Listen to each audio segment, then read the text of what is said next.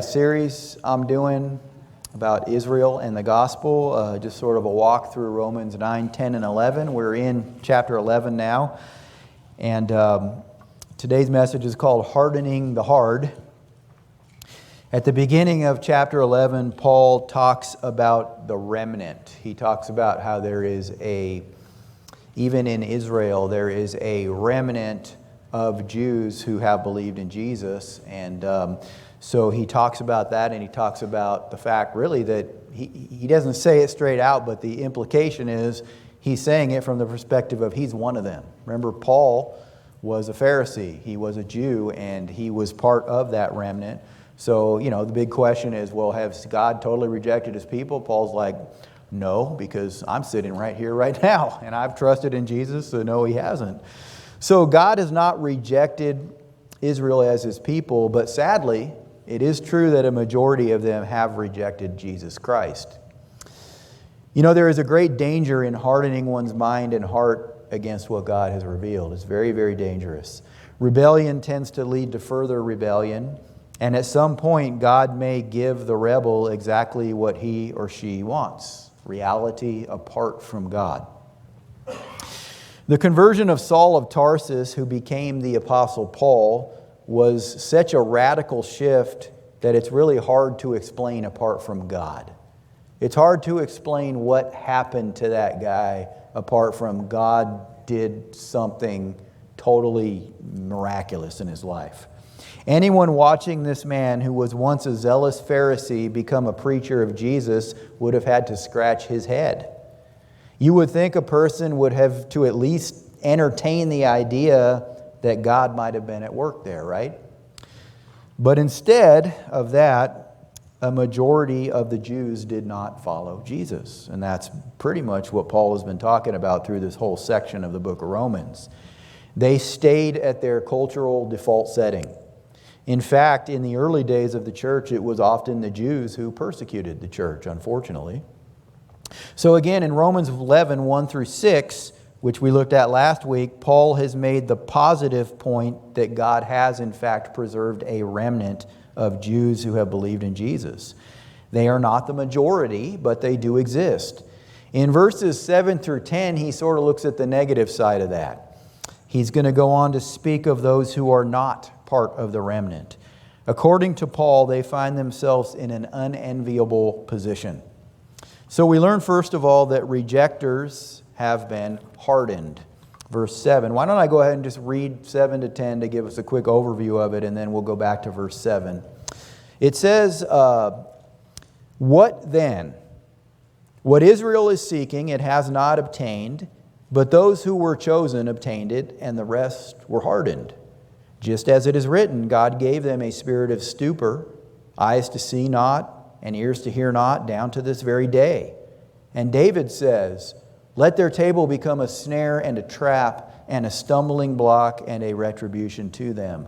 Let their eyes be darkened to see not and bend their backs forever.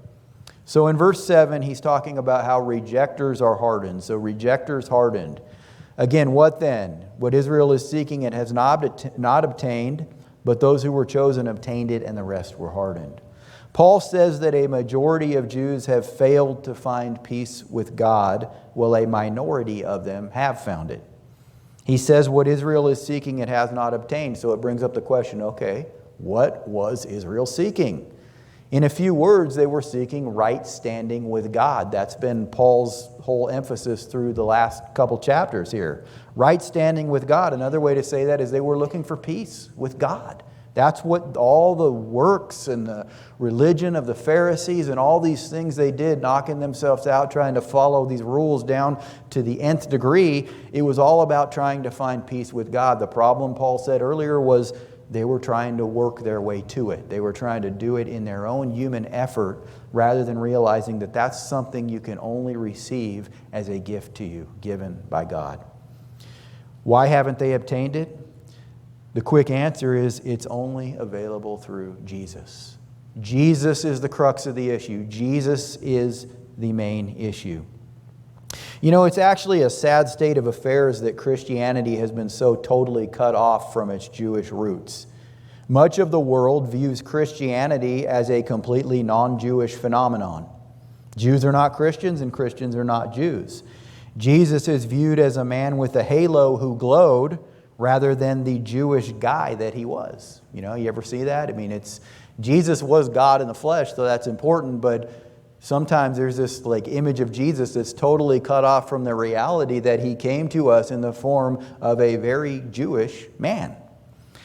As a result, even many Jews see him as something opposite of the God that they believe in. Listen, Jesus is not the opposite of the God of the Old Testament. He is the incarnation of him.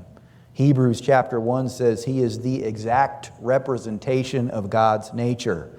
Since his first coming, God has called on all people, Jew and Gentile, to trust in Jesus for the forgiveness of their sins.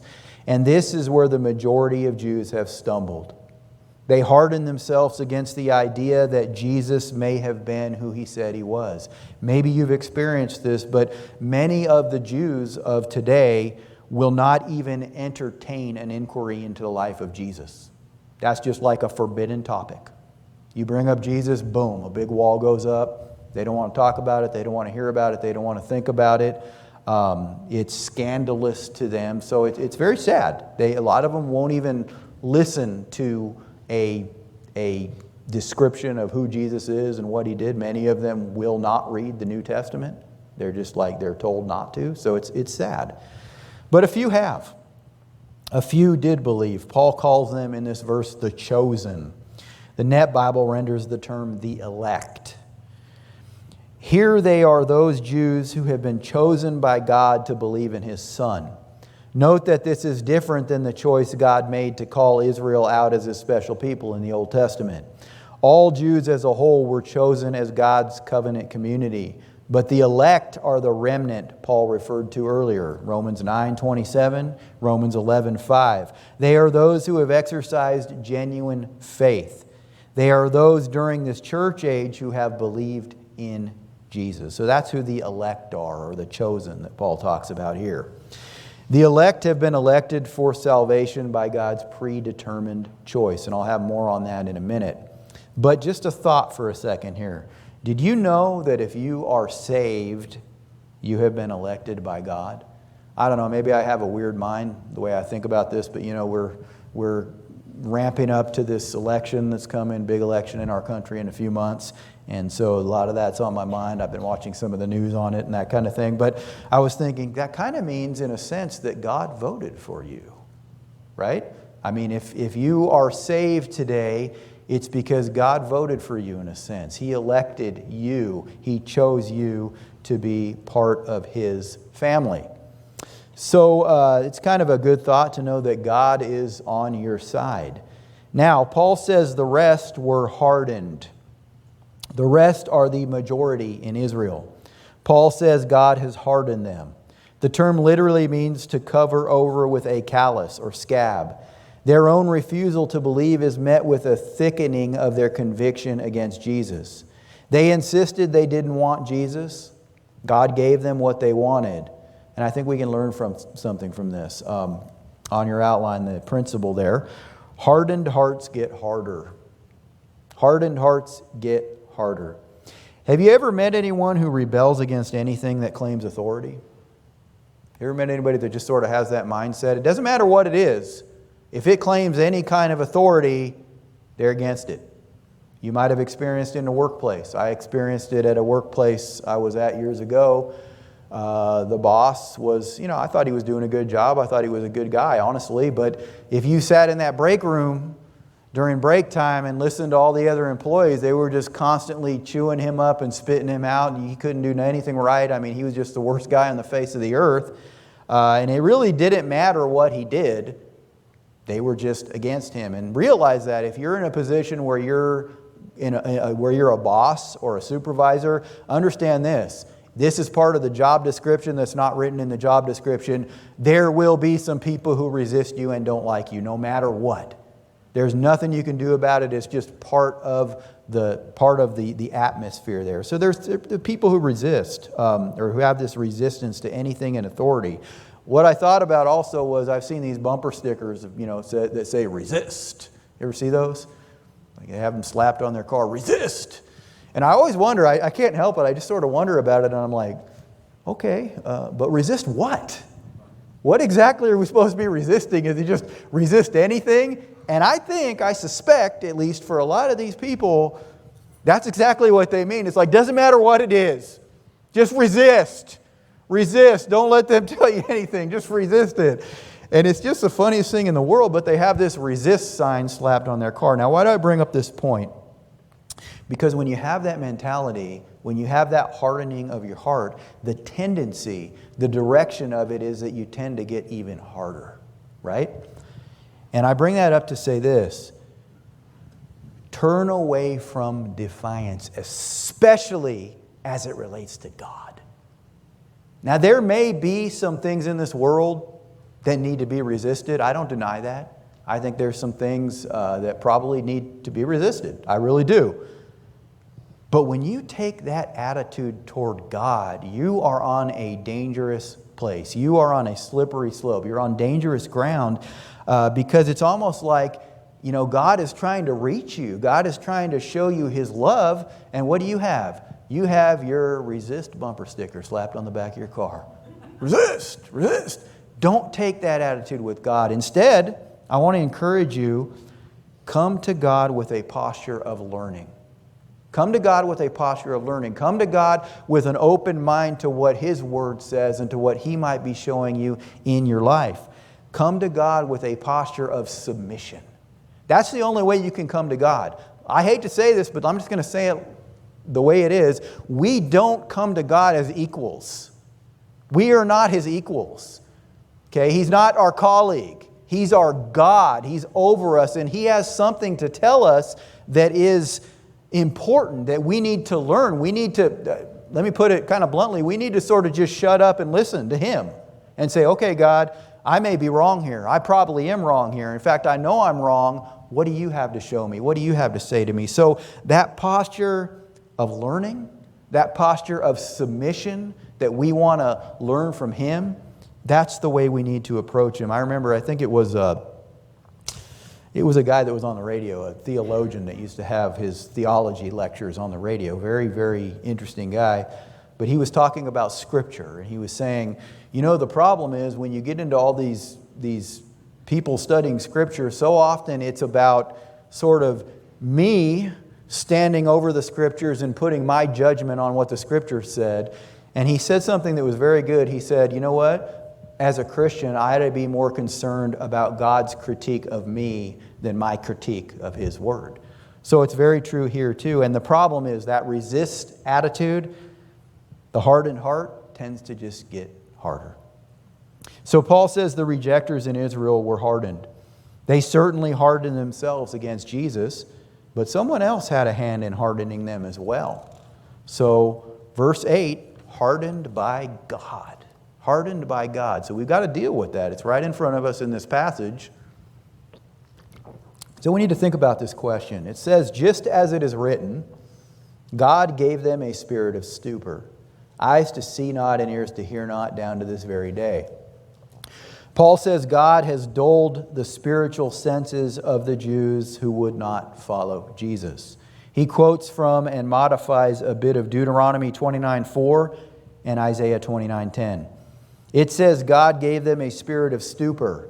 The New Living Translation says put them into a deep sleep. So it's kind of like when it comes to the things of Jesus, they're sleepy. It's like a tired person. They don't hear it. Like I said, a lot of these folks will not even entertain a conversation about Jesus. It's like you can talk about anything else, but no, we don't talk about that. We don't think about Him. We don't ever crack open a New Testament. So it says God gave them a spirit of stupor. It says they have eyes to see not. In other words, they're not able to perceive the true need for Jesus. They have ears to hear not. There is no ear-to-mind connection when it comes to the gospel of Jesus. Remember that the gospel is not just about a hearing, but it's about a response of faith. It is not enough to just come to a church or whatever and listen to the gospel. I mean, that's a good place to start, don't get me wrong. But the gospel itself does not just say, listen to these words and try to understand them and hear what they said. No, it says respond. Respond in faith. Trust in Jesus. That's the goal of the gospel, is that people would actually respond in faith. Now for the crux of Paul's thought. God gave this to them. Let me just reread part of the verse to you. Just as it is written, God gave them a spirit of stupor. That's interesting. Like, God did that? So we've got to ask the question, is God mean-spirited? Is God arbitrary? In other words, did God do this without their input? Did He just decide that this is the way it would be for them? Now, you should know there are some Christians who think of it that way. They probably wouldn't characterize it the way I just said it, okay, to be fair. But they kind of think of it that way. They believe that every single thing has been totally predetermined by God and that man really has no say in it whatsoever. All I can tell you on that is I believe God hardens people in response to their defiance. But here's the tricky part. He could see that defiance coming even before He created the world. So it was a decision that was made before He even created the world, because He could see all things. He knew what was coming. Yet, in my view anyway, it was a choice that He gives to every person. Okay, there is a choice that He gives human beings. I think He built it in at the beginning, that we can either choose Him or we can reject Him. Those who reject Him tend to just get hardened even further. So, I believe He hardens people in response to their defiance.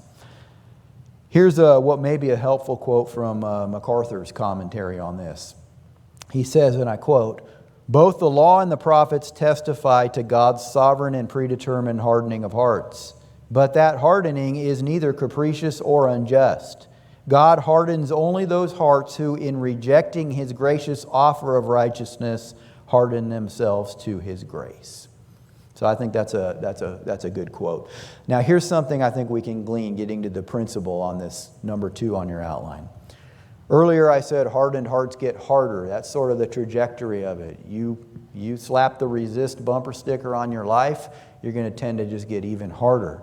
But here's an even more scary point. Hardened hearts get hardened. They get hardened. Okay, in other words, when you harden your heart against God, there is a real, genuine risk that God might say, okay, fine. Let's just make you even harder then. If you claim you don't want me, then fine. I'm just going to harden you against anything I have to say. Over in book of Romans again, in chapter 1, Paul sort of talks about it this way. He's talking about the downward trajectory of the human race into sin and how mankind in its history has rejected God and sinned against God. And it says 3 times there that because of their resistance against God, God gave them over. God gave them over. God gave them over 3 times. In other words, it's sort of like God was holding them, and He finally said, if you are so determined to rebel against me, to rebel against who I am and what I've said, I'm just going to let go of you. Fine. Take that trajectory and you'll see where it leads.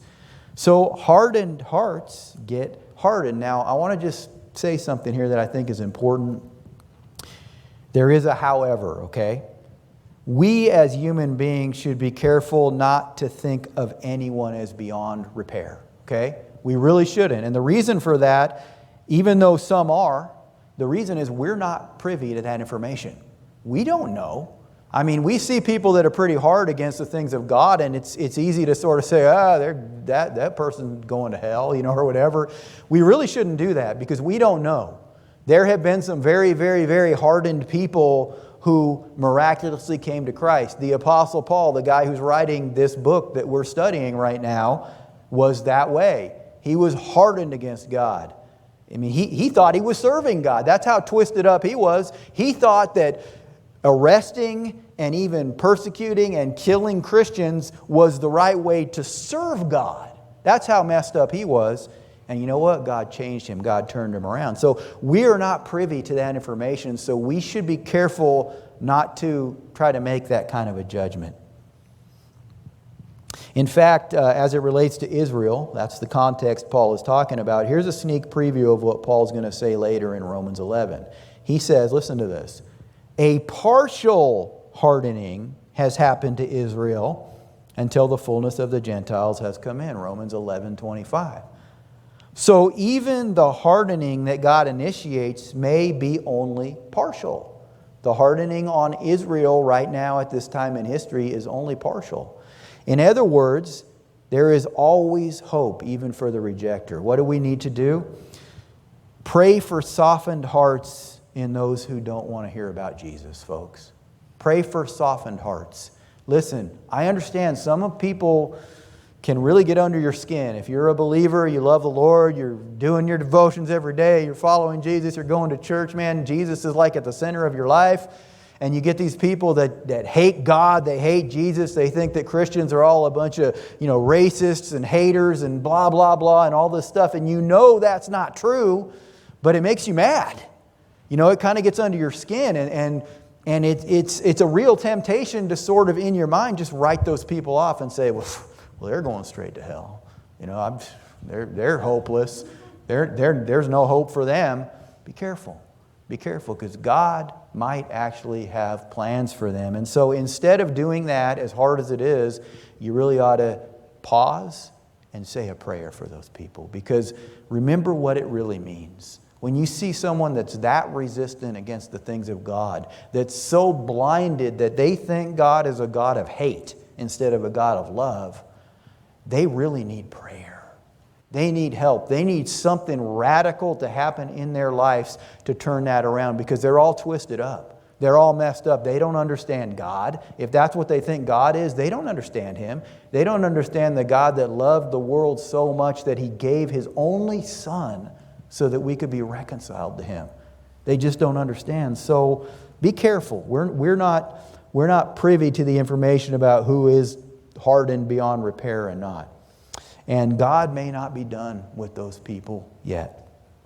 So hardened hearts get hardened. It's a scary thing.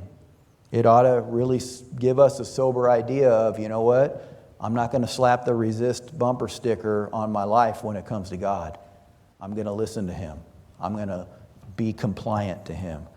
Number 3 on your outline, a state of bleakness. So the question here is, what is the state of those who are hardened, who have been hardened? And it's really not good. It's not an enviable situation. I call it a state of bleakness. Verses 9 and 10.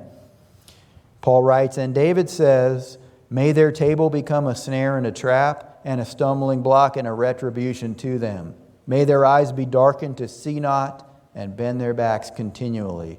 So Paul quotes now from a Psalm of David to show that the state of the majority is not good. He quotes from Psalm 69, 22 through 23. The state of those who are not the remnant is not good. It's not a good situation. Now, when you read this verse, what does their table becoming a snare, trap, stumbling block, and retribution mean? It's kind of hard to get your head around that. At least it was for me. So, though it's not really a strict literal rendering, I think the New Living Translation kind of gets at the general idea of verse 9 pretty well. It says this, let their bountiful table become a snare, a trap that makes them think all is well. Let their blessings cause them to stumble, and let them get what they deserve. Here's the key idea, folks. What seems good becomes a trap and an instrument of judgment to those who are under that hardening. So what seems good, that's their table. Think of a bountiful table full of food, becomes a trap and a snare and a stumbling block to them. The best way I could try to illustrate this, I thought of, at least what popped into my mind, was a mouse trap, okay? We had to use a mouse trap in our house one time years ago. And I discovered that they're really attracted to peanut butter, okay? So I set up a mouse trap and I put a little dab of peanut butter on there, and I'm thinking about it now from the perspective of the mouse, okay? The mouse is, walking through the house, and all of a sudden it realizes, I don't know if it's they smell it or what. Maybe it's a sense of smell, I'm not sure. But they sense that there is peanut butter there. And the mouse is thinking, yeah, I scored. This is great. Peanut butter, I love that. I'm going to go get me some of that peanut butter. And to them, it seems great. It seems wonderful. But you know what happens? They walk up to that thing and they stick their face in that peanut butter. And then whap! It's over. That's kind of the same idea here, just to illustrate. It's something that seems good becomes something that sort of just turns to ashes. And that's what happens, not just for the Jews. I mean, the context is the Jews here, but it's really for anybody, folks. Anybody that hardens themselves against God to the point where He is actually hardening them to reinforce it, things in life that would be good, that should be good, become like ashes, just become like nothing. And I don't know if I was ever under hardening, but I've experienced that in my life, where even the good things that you should be enjoying, the blessings that you have, just seem to turn to ash. So verse 10 goes on in a similar fashion. He says, let their eyes be darkened to see not. This is the same idea as we saw in verse 8, where it says they have eyes to see not. There is a lack of spiritual perception as it relates to Jesus. They don't see the need for Jesus, in other words. Their backs being bent possibly pictures a blind person groping the way along an unknown road. The person is constantly bent over trying to feel their way. Again, I think we learn from this. So the principle here is hardened hearts invite peril. So hardened hearts get harder. Hardened hearts get hardened. And then we learn here, hardened hearts invite peril into the life of a person. What popped into my head on this one was Galatians 6:7. Galatians 6:7. It says, do not be deceived. God is not mocked. For whatever a man sows, this he will also reap. The ultimate tragedy is when one sows defiance against the things of God. Hardening your heart against Jesus is the worst sin of all. When you do it, you cut off any hope of being at peace with God. If you do it long enough, you may be hardened to the point of no return. And in the meantime, you may become more and more stunted in your pursuit of God if you're even seeking Him at all. That's the situation with those Jewish people who are very religious, but they reject Jesus. It's like they're trying to pursue God, but they're stunted in their pursuit because it is based on Jesus. So what I'm saying is consider what the defiant bring upon themselves, and again, pray. Okay? It's sort of some negative stuff in this passage today that we're looking at, but it should cause us to pray for people that are in that state of defiance. What I thought of here, I don't know why I thought of this. It's a little bit off the context here, but I think of this when I see people dabbling in the occult. Dabbling in the occult. You see a lot of young folks today that have gotten into Wicca and New Age, and they're into this sort of this witchcraft type stuff that's become very popular. And the thing that really scares me about that, I mean, I know that Jesus is more powerful than all of that. If you have Jesus in your heart, you don't have to worry about that stuff harming you, okay? But people that get into that, it's almost like they've just opened the door of their house to Satan.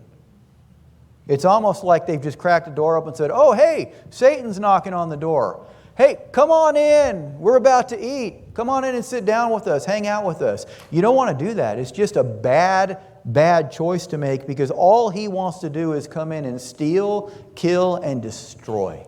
That is all he's going to ever want to do with you. And he'll use every means possible to come in and to make it look like everything's great.